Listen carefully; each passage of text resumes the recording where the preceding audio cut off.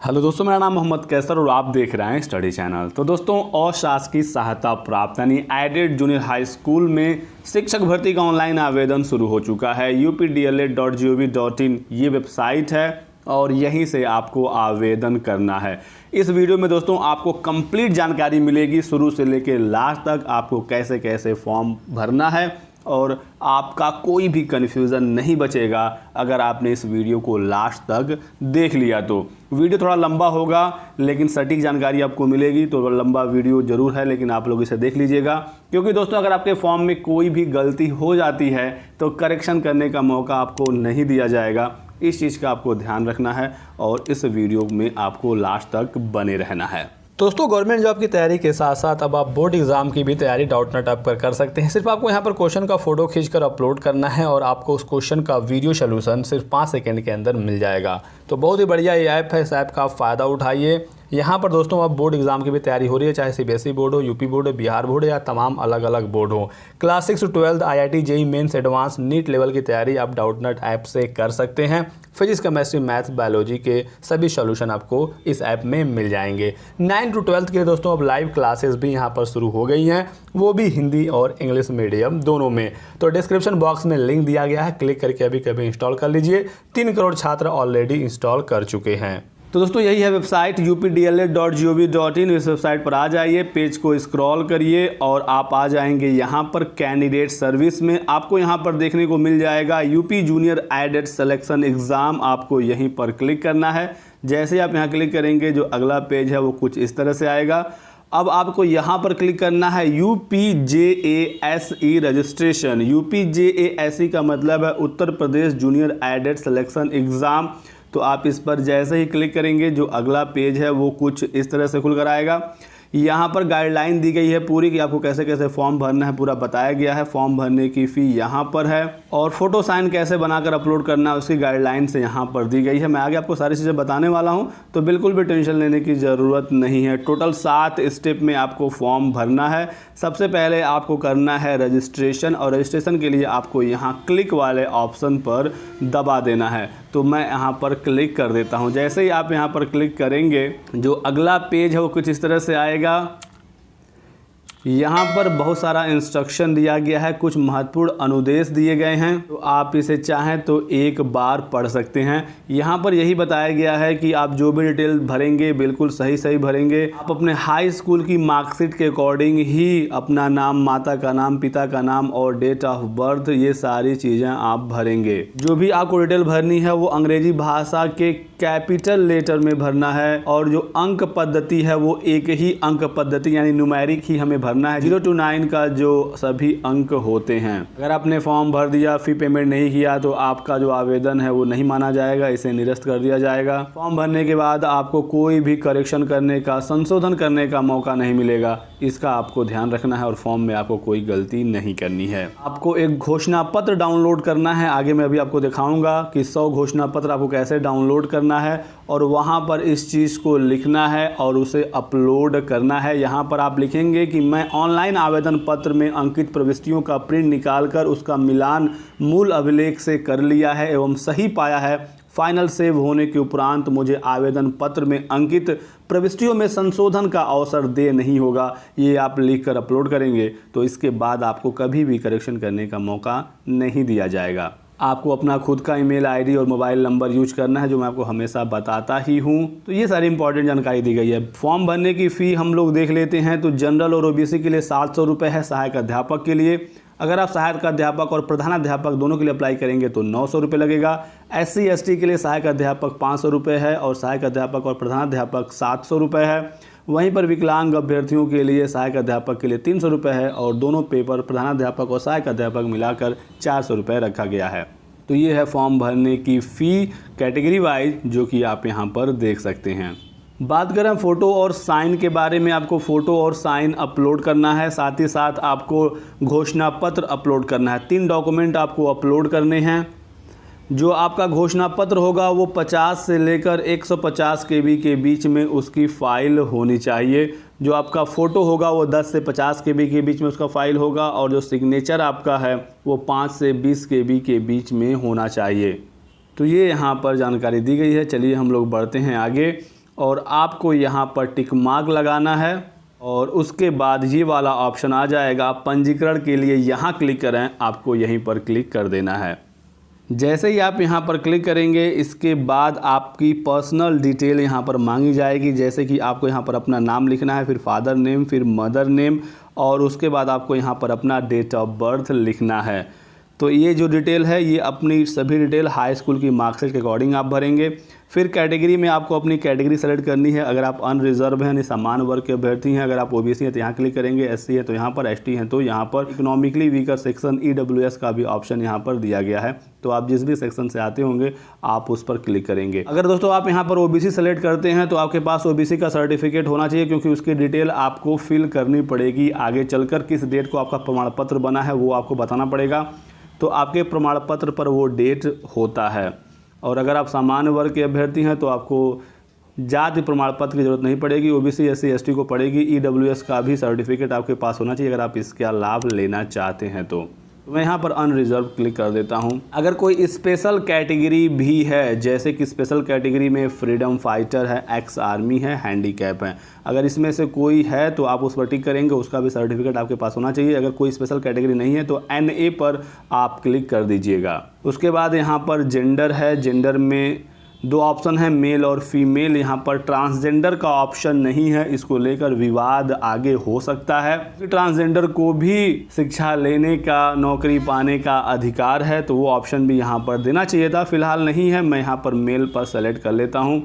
उसके बाद email ID और मोबाइल नंबर है, आपको यहाँ पर अपना ईमेल आईडी डालना है, यहाँ पर मोबाइल नंबर डालना है। आपको अपना खुद का पर्सनल ईमेल आईडी और मोबाइल नंबर यूज करना है और ऐसा ईमेल आईडी डालना है जो आपको याद रहे, आपको उसका पासवर्ड पता हो और इसे आप लंबे समय तक अभी यूज करने वाले हों। इसी तरह से आपको अपना मोबाइल नंबर डालना है और कम से कम 2-3 साल तक, 4 साल तक ये वर्किंग कंडीशन में होना चाहिए। तो क्योंकि भर्ती कब पूरी होगी कोई नहीं जानता है और इस मोबाइल नंबर और ईमेल आईडी की ज़रूरत आपको हमेशा पड़ेगी। आपको एडमिट कार्ड डाउनलोड करना है, रिजल्ट देखना है, काउंसलिंग करना है, हर जगह आपको इसी मोबाइल नंबर और ईमेल आईडी की ज़रूरत पड़ने वाली है, तो इसका आपको विशेष ध्यान रखना है। उसके बाद आपने कौन सा ट्रेनिंग कोर्स पास किया है आपको वो सेलेक्ट करना है। यहाँ पर DLED है, BEd है, BEd स्पेशल एजुकेशन है, DEd है, BLED 4 साल, BE एजुकेशन 4 साल, BSc एजुकेशन 4 साल। तो आपने जो भी कोर्स किया है आप उस पर सेलेक्ट कर लेंगे। DLED या BTC वाले सबसे पहले वाले ऑप्शन पर क्लिक करेंगे, तो आपका जो भी है आप उस पर क्लिक कर लीजिएगा। उसके बाद पूछा जा रहा है टीचर एलिजिबिलिटी टेस्ट, आप कौन सा टीचर एलिजिबिलिटी टेस्ट पास हैं, यूपी टेट पास हैं या सीटेट पास हैं। बहुत सारे छात्रों का यहाँ पर भी कन्फ्यूज़न है कि हम सीटेट वाले कैसे भरेंगे, तो यहाँ पर साफ साफ दिया गया है सीटेट अपर प्राइमरी लेवल, यानी सीटेट का जूनियर लेवल का जो पेपर है पेपर 2 अगर आप पास हैं तो आप यहाँ पर क्लिक करेंगे। अगर आप यूपी टेट पास हैं पेपर 2 तो आप यहाँ पर क्लिक करेंगे। तो आप अपने अकॉर्डिंग इसे सेलेक्ट कर लीजिएगा, आप जो भी परीक्षा पास हैं।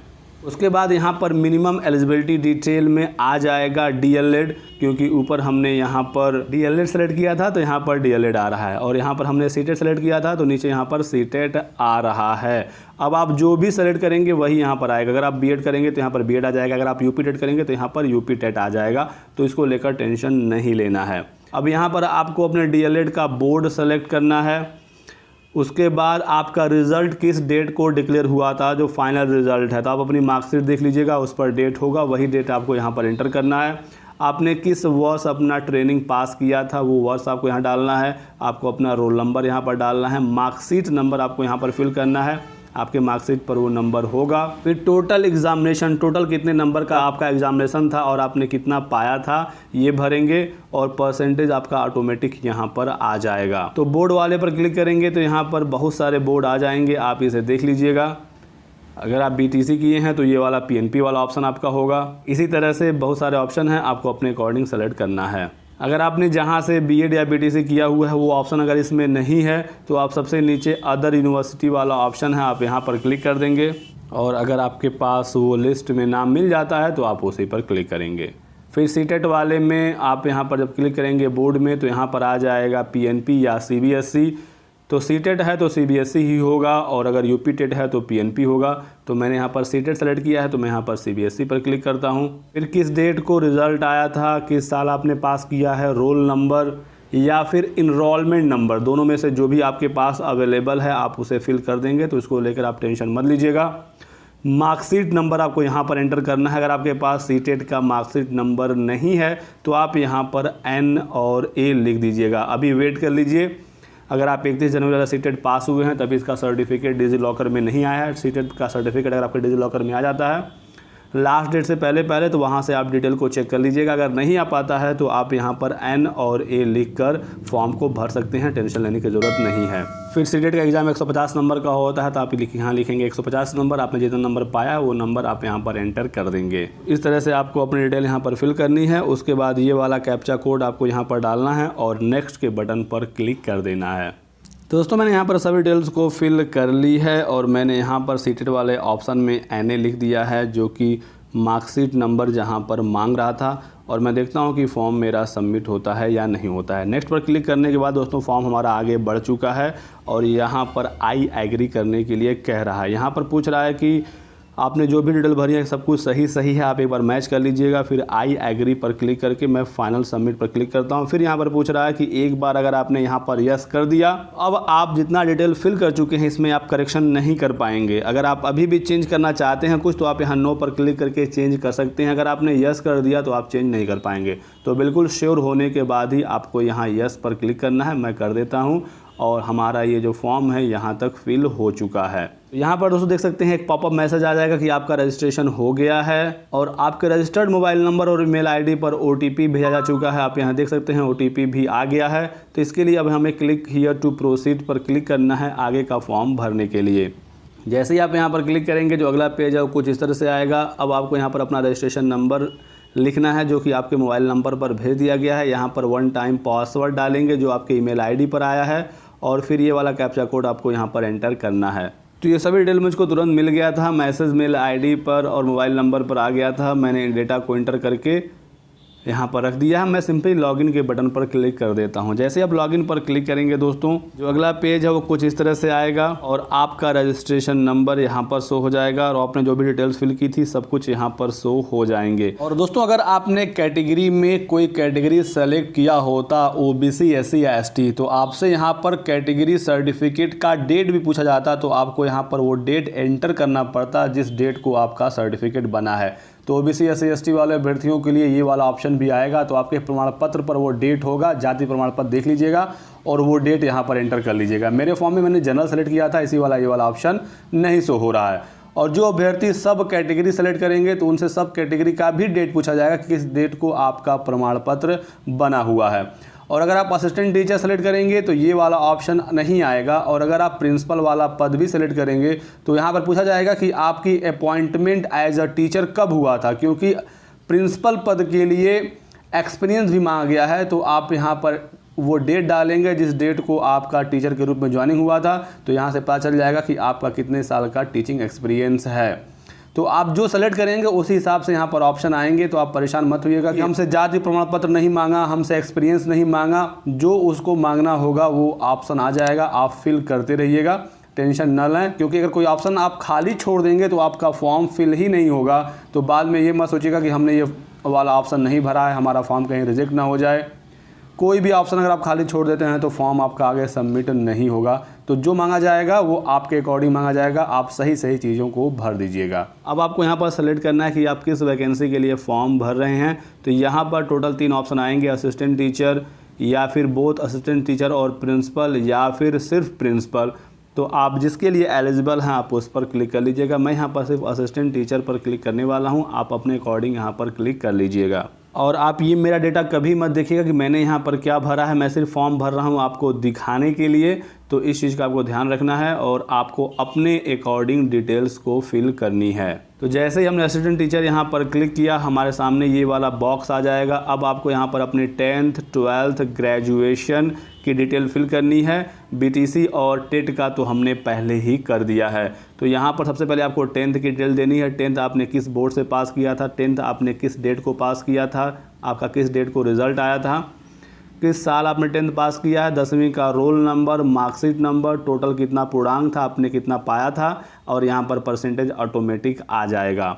उसी तरह से सेम आपको 12th का, उसके बाद ग्रेजुएशन की डिटेल आपको फिल यहाँ पर करनी है। अब बोर्ड वाले ऑप्शन में जैसे आप यहाँ पर क्लिक करेंगे तो यहाँ पर कुल 4 ऑप्शन आएंगे, UP board, CBSE board, ICSE board. इसके अलग अगर कुछ आपका बोर्ड है तो अदर बोर्ड का भी ऑप्शन यहाँ पर दिया गया है। मैं यहाँ पर यूपी बोर्ड पर क्लिक कर देता हूँ, ज़्यादातर छात्र तो यूपी बोर्ड से ही होंगे, बाकी सभी डिटेल मैं जल्दी से फिल कर लेता हूँ। ग्रेजुएशन वाले सेक्शन में आपसे पूछेगा कि आपका ग्रेजुएशन किस बोर्ड से हुआ है या किस यूनिवर्सिटी से हुआ है, तो आपको अपनी यूनिवर्सिटी यहाँ पर ढूंढनी है। अगर मिल जाता है तो ठीक है, नहीं तो आपको अदर यूनिवर्सिटी पर क्लिक कर देना है। तो मैं ये पूरी डिटेल को फिल कर ली है, अपना एकेडमिक रिकॉर्ड। यहाँ पर दोस्तों आप कोई भी गलती नहीं कर सकते। वैसे तो आपको फॉर्म में कहीं भी कोई गलती नहीं करना है, लेकिन यहाँ पर तो आप गलती से भी गलती नहीं कर सकते, क्योंकि आपने जो पूर्णांक और प्राप्तांक भरा है ये आपके एकेडमिक मेरिट में जोड़ा जाएगा और आपके फाइनल मेरिट में इसका प्रभाव होगा। अगर आप यहाँ पर गलत डिटेल दे देंगे तो आपका मेरिट जो है वो डिस्टर्ब हो जाएगा और आप यहाँ पर सब कुछ करके भी नौकरी नहीं पा पाएंगे। आपने एग्ज़ाम दे लिया, सब कुछ अच्छे से कर लिया, फिर भी आप डॉक्यूमेंट वेरिफिकेशन में छट जाएंगे, क्योंकि यहाँ पर आपकी कोई गलती हो जाती है। तो विशेष ध्यान रखना है, 2-4 बार देखिए, अपने फॉर्म भरिए, अपने अगल बगल में अपने भाई बहन किसी को बैठाकर उनको अपने डिटेल्स को चेक करवाइए, क्योंकि कभी कभी हमें लगता है कि हम चीज़ों को सही भर रहे हैं। आप जितनी बार देखेंगे आपको लगेगा सही है, लेकिन कुछ ना कुछ उसमें गलती कभी हो जाती है। तो अपने साथ किसी एक, अपने छोटे बड़े किसी को भी अपने साथ बैठाइए और उनको दिखाइए कि भाई देख लो ये सब कुछ मैंने सही भरा है या नहीं भरा है। तो ये सारी चीज़ें करने के बाद आपको यहाँ पर एग्ज़ामिनेशन सेंटर सिटी पर क्लिक करना है। यहाँ पर बहुत सारे ऑप्शन आ जाएंगे। सबसे नज़दीक शहर कौन सा है आपको वहीं पर क्लिक करना है। उसके बाद ये वाला कैप्चा कोड आपको यहाँ पर एंटर करके सबमिट पर क्लिक कर देना है। तो मैं यहाँ पर फाइनली सबमिट पर क्लिक कर देता हूँ। इसके बाद कह रहा है कि रिव्यू योर एंट्री। आपने जो भी भरा है आप इसे देख लीजिए, एक बार रिव्यू कर लीजिए। अगर आप सेटिस्फाइड हैं तभी आप यहाँ पर क्लिक करिएगा आई एग्री पर। तो मैं यहाँ पर आई एग्री पर क्लिक करके फाइनल सबमिट पर क्लिक कर देता हूँ। आप इसे एक बार अच्छी तरीके से देख लीजिएगा, सब कुछ ठीक होगा तभी आप फाइनल सबमिट करिएगा, क्योंकि करेक्शन नहीं होगा। मैं ये चीज़ बार बार बोल रहा हूँ। उसके बाद जैसे ही आप यहाँ पर फाइनल सबमिट करेंगे आपका फॉर्म यहाँ पर सबमिट हो जाएगा। अब आपको यहाँ पर फिर से UP junior added selection exam पर क्लिक करना है। जैसे ही आप यहाँ पर क्लिक करेंगे तो ये वाला पेज आएगा आपके सामने, फिर आपको यहाँ पर क्लिक करना है। इस वाले पेज पर क्लिक करेंगे तो आपको अब वेरीफाई रजिस्ट्रेशन पर क्लिक करना होगा। हमारा फर्स्ट स्टेप कंप्लीट हो गया है रजिस्ट्रेशन वाला। अब आपको verify registration and fill education exam detail, तो यहाँ पर आप क्लिक कर देंगे। जैसे ही आप यहाँ पर क्लिक करेंगे तो आपसे आपका रजिस्ट्रेशन नंबर, जो 1 टाइम पासवर्ड आया था आपके मेल आईडी पर, और कैप्चा कोड यहाँ पर एंटर करके आपको लॉगिन पर क्लिक करना है। दोस्तों मैंने यहाँ पर डिटेल्स को फिल कर दी है। अब मैं सिंपली यहाँ पर लॉगिन के बटन पर क्लिक कर देता हूँ। जैसे ही आप यहाँ पर लॉगिन पर क्लिक करेंगे आप लॉगिन हो जाएंगे और आपको यहाँ पर जो 1 टाइम पासवर्ड आपके मेल आईडी पर भेजा गया था आपको यहाँ पर डालना है, और अब आपको अपना एक नया पासवर्ड यहाँ से बना लेना है। पासवर्ड बनाने के लिए आपको कुछ चीज़ों का सावधानी बरतना है। पहली चीज़ तो यही है कि आपका पासवर्ड 8 से 13 कैरेक्टर के बीच में होना चाहिए, लेकिन इसी के साथ साथ आपके पासवर्ड में कम से कम 1 लेटर कैपिटल में और 1 लेटर स्मॉल में, अल्फ़ाबेट में आपको यूज करना है। तो एक कैपिटल होना चाहिए, एक स्मॉल होना चाहिए, कम से कम 1 नंबर उसमें होना चाहिए, 0 से 9 के बीच में कोई एक नंबर, और एक स्पेशल कैरेक्टर भी होना चाहिए, जैसा कि आप यहाँ पर देख सकते हैं। यहाँ पर एग्जांपल दिया गया है @ $, परसेंटेज एंड स्टार या डैश में से कोई भी एक। इतना पूरा कॉम्बिनेशन आप यूज़ करेंगे तभी आपका पासवर्ड बनेगा। तो इस चीज़ का आपको ध्यान रखना है। बहुत सारे छात्र पासवर्ड बनाने में परेशान हो जाते हैं। मैं आपको दिखा देता हूँ कि पासवर्ड का कॉम्बिनेशन कैसा रहेगा। जैसे कि मान लीजिए आपका जो भी नाम है, तो मान लेते हैं कि आपका नाम है राम, तो RAM, तो R मैंने कैपिटल रख लिया, AM मैंने स्मॉल रख लिया। उसके बाद 1 2 3 4 5 मैंने रख लिया, और एक स्पेशल कैरेक्टर मान लीजिए मैंने @ रख लिया। तो इस तरह से आपको पासवर्ड बनाना है। सभी कॉम्बिनेशन हमारा यहाँ पर यूज हो चुका है। आप यही पासवर्ड बिल्कुल मत रखिएगा, लेकिन आप अब समझ रहे होंगे, आइडिया आपको मिल गया होगा कि कैसे आपको पासवर्ड बनाना है। तो अब मैं सबमिट पर क्लिक करता हूँ तो आप देखेंगे हमारा फॉर्म सबमिट हो जाएगा।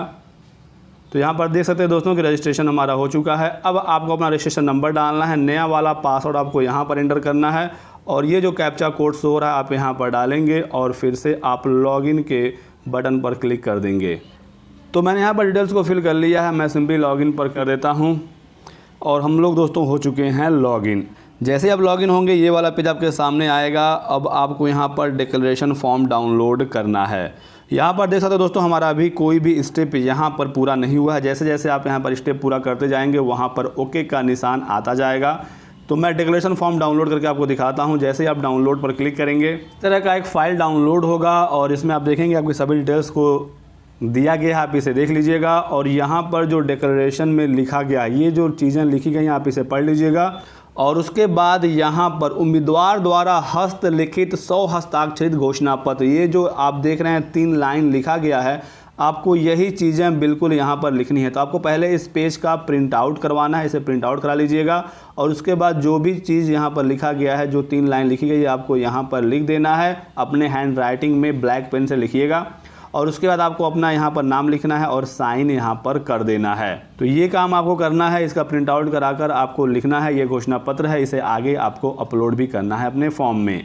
तो जैसे ही आपका डाउनलोड हो जाएगा, आप इसको फिल कर लीजिएगा। अगला काम आपका है फ़ी पेमेंट का। आप यहाँ पर क्लिक करके अपना फ़ी का पेमेंट करेंगे। फ़ी पेमेंट यहाँ पर 700 रुपये शो कर रहा है, क्योंकि मैंने यहाँ पर जनरल सेलेक्ट किया था और एक ही पेपर था मेरा असिस्टेंट टीचर, तो 700 रुपये शो कर रहा है। अगर हम दोनों सेलेक्ट करते तो यहाँ पर 900 रुपये हो जाता। फ़ी पेमेंट करने के लिए आपको यहाँ पर सिंपली पे फ़ी पर क्लिक करना है और आपको फ़ी पेमेंट करना है। फ़ी पेमेंट करने के बाद आपको फिल रजिस्ट्रेशन का पार्ट 2, इसका जो सेकंड पार्ट है वो आपको फिल करना है। उसके बाद फ़ोटो साइन आपको अपलोड करना है और फ़ोटो साइन वाले जगह पे ही आपको अपना डिक्लेरेशन फॉर्म जो आपने फिल किया था उसका भी ऑप्शन आएगा, आपको वहाँ पर वो भी अपलोड करना होता है। जैसे ही आप ये अपलोड कर लेंगे, उसके बाद आपको अपने फॉर्म का फाइनली प्रिंट आउट ले लेना होता है। चलिए मैं आपको दिखाता हूँ कि फ़ी पेमेंट कैसे करना है। पे फ़ी पर आप क्लिक करिए। अगला पेज कुछ इस तरह से आएगा। यहाँ पर होगा एक्शन, एक्शन के नीचे है सेलेक्ट, आपको सेलेक्ट पर क्लिक करना है। उसके बाद ये वाला ऑप्शन आएगा, आप SBI MOPS पर क्लिक कर दीजिएगा। आपके पास किसी भी बैंक का कार्ड हो, टेंशन लेने की ज़रूरत नहीं है। ये मत सोचिए कि सिर्फ SBI से ही पेमेंट होगा। SBI का यहाँ पर सिर्फ पेमेंट गेटवे यूज होगा। आप किसी भी बैंक के डेबिट कार्ड, क्रेडिट कार्ड या नेट बैंकिंग से पेमेंट कर सकते हैं। आपको सिंपली यहाँ प्रोसीड फॉर पेमेंट पर क्लिक करना है। जैसे ही आप यहाँ पर क्लिक करेंगे, ये वाला पेज आ जाएगा। यहाँ पर बताया गया कि SBI नेट बैंकिंग से आप पेमेंट करेंगे तो 11 रुपये 80 पैसे आपका एक्स्ट्रा पैसा कटेगा। अदर बैंक का नेट बैंकिंग है तो 17 रुपये 70 पैसा कटेगा एक्स्ट्रा फ़ी के बाद। तो आप उन चीज़ों का यूज मत करिएगा, आप यूज कर लीजिए SBI का डेबिट कार्ड, कोई भी एक्स्ट्रा पैसा नहीं कटेगा, या फिर किसी भी बैंक का डेबिट कार्ड, कोई भी एक्स्ट्रा पैसा नहीं कटेगा। लेकिन अगर आप क्रेडिट कार्ड यूज करेंगे तो 11 रुपये एक्स्ट्रा कट जाएगा। तो देख लीजिएगा, जहाँ पर पैसा ना कटे वही यूज करिएगा। UPI से कोई एक्स्ट्रा पैसा नहीं है। नेफ्ट से 23 रुपये एक्स्ट्रा है। बैंक में जाकर अगर आप चालान से फ़ी पेमेंट करेंगे तो 59 रुपये आपको एक्स्ट्रा देना पड़ेगा। तो इसका तो आप बिल्कुल भी यूज मत करिएगा। आपको बैंक के चक्कर भी काटने पड़ेंगे, लाइन लगाना पड़ेगा और 59 रुपये एक्स्ट्रा भी देना पड़ेगा। मुझे लगता है सबसे अच्छा डेबिट कार्ड है, चाहे SBI का हो या दूसरे बैंक का हो, ये आपके पास होगा ही। तो मैं यहाँ पर SBI का डेबिट कार्ड वाले ऑप्शन पर क्लिक करता हूँ। जैसे आप यहाँ पर क्लिक करेंगे, इस तरह का पेज आएगा। आप इसे एक बार देख लीजिएगा। कन्फर्म पर क्लिक करिए और फिर इस तरह का पेज आएगा। फिर से आपको कन्फर्म पर क्लिक करना है। यहाँ पर दोस्तों आपको अपने कार्ड का डिटेल देना है, एक्सपायरी डेट बतानी है, आपको अपना नाम लिखना है, जो बैंक में आपका नाम है, CVV नंबर आप लिखिए। आपके कार्ड के पीछे साइड होता है ये वाला कैरेक्टर, आप यहाँ पर एंटर करके पे पर क्लिक करिए। आपका रजिस्टर्ड मोबाइल नंबर पर OTP आएगा, आप वो एंटर करेंगे और आपका फ़ी पेमेंट हो जाएगा। जैसे ही आपका फ़ी का पेमेंट हो जाएगा, इस तरह का फ़ी का रिसिप्ट आ जाएगा आपके सामने। आप इसे सेव कर लीजिएगा, डाउनलोड कर लीजिएगा, इसका स्क्रीनशॉट भी ले लीजिएगा, क्योंकि इसका भी यूज़ आगे पड़ सकता है। तो फ़ी का रिसिप्ट आप लोग ज़रूर रख लीजिएगा। फ़ी के रिसिप्ट में आपका रेफरेंस नंबर होगा, ये सारी चीज़ें होंगी, ये आपके पास होना चाहिए। जैसे ही आप फ़ी पेमेंट कर लेंगे, ये वाला ऑप्शन आएगा, आप यहाँ पर गो बैक पर क्लिक कर दीजिएगा। आपका फ़ी पेमेंट सक्सेसफुल हो जाएगा। फ़ी पेमेंट करने के बाद आप यहाँ देखेंगे फ़ी पेड में ओके लिख कर आ जाएगा, यानी कि आपका फ़ी पेमेंट हो गया है। अब आपको फिल रजिस्ट्रेशन पार्ट 2 पर क्लिक करना है। इससे पहले आपने जो भी डिटेल फिल की थी वो सब कुछ आपका यहाँ पर शो होगा। आपका बैंक का डिटेल जो पैसा कटा है वो आपका यहाँ से हो जाएगा। आपको यहाँ पर फिर नेक्स्ट पर क्लिक कर देना है। इसके बाद पार्ट 2 में आपको अपना एड्रेस देना है पूरा डिटेल में। आपको यहाँ पर अपने पेरेंट या गार्जियन का नाम लिखना है, फिर आपको अपना एड्रेस लिखना है, हाउस नंबर या फ्लैट नंबर। आपके आधार कार्ड पे ये डिटेल होती है, आप वहाँ से देखकर भरिएगा। फिर आपको अपना मोहल्ला, गांव का नाम या रोड का नाम, जिस हिसाब से अगर आप शहर में रहते हैं तो रोड का नाम वगैरह होगा, गाँव में हैं तो आपके गाँव का नाम होगा। फिर तीसरी लाइन में एरिया या लोकेलिटी या फिर आप अपना पोस्ट लिख दीजिएगा। फिर आपको अपना पिन कोड लिखना है, नेशनलिटी में इंडियन सेलेक्ट करना है, स्टेट में आपको अपना राज्य सेलेक्ट करना है, फिर आपको अपना डिस्ट्रिक्ट सेलेक्ट करना है और ये वाला कैप्चा कोड यहाँ पर एंटर करके सबमिट के बटन पर क्लिक कर देना है। तो इस तरह से आपको अपनी सभी डिटेल्स यहाँ पर फिल करनी है। टाइप ऑफ आईडी में आप यहाँ पर कोई भी एक आईडी सेलेक्ट कर लेंगे। जो भी आईडी आप सेलेक्ट करेंगे उसका नंबर आपको यहाँ पर देना होगा। तो यहाँ पर देख सकते हैं दोस्तों कि वोटर आईडी है तो वोटर आईडी का नंबर आपको यहाँ पर लिखना पड़ेगा। इस तरह से आपकी सभी डिटेल्स यहाँ पर आ जाएंगे। आप इसे एक बार देख लीजिएगा सब कुछ ठीक है या नहीं। फिर यहाँ पर आपको टिक मार्क लगाकर आई एग्री करके फाइनल सबमिट पर क्लिक करना है अगर आपका सब कुछ यहाँ पर डिटेल सही है तो। जैसे यहाँ पर सबमिट करेंगे फिर पूछा जाएगा कि सब कुछ सही है या नहीं। अगर सब कुछ सही है तो आप यहाँ पर यस कर देंगे, तो अब तक आपने जो भी डेटा भरा है आप उसमें करेक्शन नहीं कर पाएंगे। तो अगर सब कुछ सही है तो आप यहाँ पर यस करिएगा। अगर कुछ चेंज करना चाहते हैं तो आप नो पर क्लिक करके अभी भी इस वाले डेटा में चेंज कर सकते हैं। मैं यहाँ पर सिंपली यस पर क्लिक कर देता हूँ। अब आप यहाँ पर देखेंगे your form has been successfully submitted. आपका फॉर्म यहाँ पर सबमिट हो गया है। अब आपको फ़ोटो और सिग्नेचर अपलोड करना है, साथ ही साथ जो आपने डिक्लेरेशन फॉर्म डाउनलोड किया था और आपको अपने हाथ से वहाँ पर लिखना है, ये तीनों फाइल आपको अपलोड करनी है। इसके लिए आपको click here to upload document पर क्लिक करना होगा। जैसे आप यहाँ पर क्लिक करेंगे आप देखेंगे आपका फॉर्म फील्ड वाला भी ओके हो गया है। फोटो, साइन और डिक्लेरेशन अभी हमें अपलोड करना है। ये वाला ऑप्शन आ जाएगा आपके सामने। अब आपको यहाँ पर अंडरटेकिंग जो घोषणा पत्र है आपको यहाँ पर चूज फाइल पर क्लिक करके अपलोड करना है। इसका साइज 150 KB से ज़्यादा नहीं होना चाहिए। फिर आपको फ़ोटो अपलोड करना है। फ़ोटो का साइज़ 50 KB से ज़्यादा नहीं होना चाहिए। सिग्नेचर का 20 KB से ज़्यादा नहीं होना चाहिए। तो इस पर मैं दोस्तों अलग से एक वीडियो बनाऊंगा कि अंडरटेकिंग फ़ोटो और साइन लेने की ज़रूरत नहीं है। मैं आपको पूरी अच्छी तरीके से चीज़ें बता दूंगा कैसे कैसे आपको लिखना है अंडरटेकिंग में, कैसे फ़ोटो साइन का फ़ोटो खींचना है और अपलोड करना है। अगर आपके पास पहले से है तो आप अपलोड कर दीजिएगा, अगर नहीं है तो थोड़ा सा वेट कर लीजिए। इस पर अलग से एक वीडियो बनाने वाला हूं। तो तीनों फाइल अपलोड करने के बाद अगर आप प्रीव्यू पर क्लिक करेंगे ये तीनों आपका शो हो जाएगा। अंडरटेकिंग आप यहां देख लीजिए, इस तरह से प्रिंट आउट आप लेंगे और ये जो ऊपर लाइन लिखा गया था आपको यहाँ पर पेन से लिखना है। आपको यहाँ पर अपना नाम लिखना है, यहाँ पर साइन करना है और फिर इसे अपलोड करना है और आपको यहाँ पर फोटो और साइन अपलोड करना है। ये सारी चीज़ें यहाँ पर शो हो जाएंगी। उसके बाद ये वाला कैप्चा कोड आपको यहाँ पर डाल देना है। फिर जैसे ही आप सबमिट करेंगे फिर यही वाला ऑप्शन आएगा, सब कुछ सही है तो आप यहाँ पर यस पर क्लिक कर दीजिएगा। आपका जो डॉक्यूमेंट है वो सक्सेसफुली अपलोड हो जाएगा। अगर उसका साइज वगैरह सब कुछ ठीक रहेगा तो अपलोड हो गया है। अब आपको यहाँ पर क्लिक हियर टू प्रोसीड पर क्लिक करना है। आप यहाँ पर देख सकते हैं इमेज अपलोडेड सक्सेसफुली में भी ओके आ गया है। अब आपका सिर्फ एक काम बचा है, प्रिंट फॉर्म। आपको अपने एप्लीकेशन का फॉर्म प्रिंट कर लेना है, उसका PDF डाउनलोड करके आपको रख लेना है।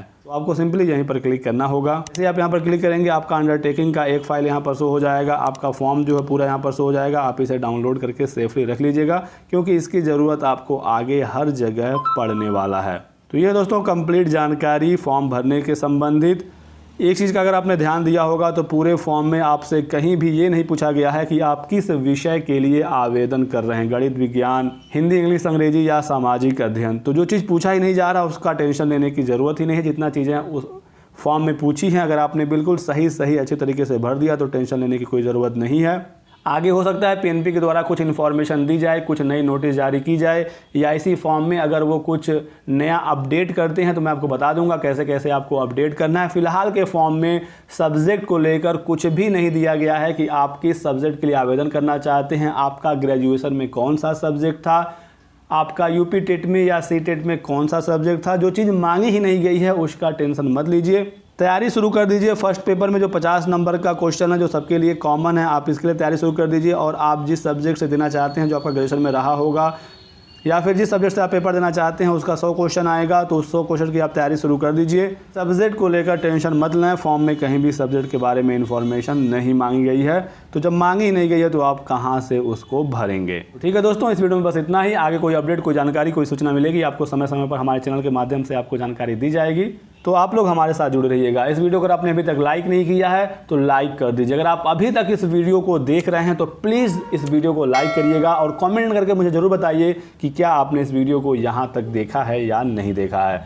चैनल को सब्सक्राइब कर लीजिए, बेल आइकन जरूर दबाइएगा ताकि आपको हमारे सभी वीडियोज़ के नोटिफिकेशन मिलते रहें। आप हमारे टेलीग्राम चैनल के साथ जरूर जुड़ जाइएगा। टेलीग्राम चैनल पर बहुत सारी महत्वपूर्ण इन्फॉर्मेशन शेयर कराई जाती है और आपके सवालों का जवाब दिया जाता है। टेलीग्राम चैनल ज्वाइन करने का लिंक डिस्क्रिप्शन बॉक्स में साथ ही साथ पिन कमेंट में दिया गया है। बहुत बहुत शुक्रिया वीडियो को लास्ट तक देखने के लिए। Thanks for watching.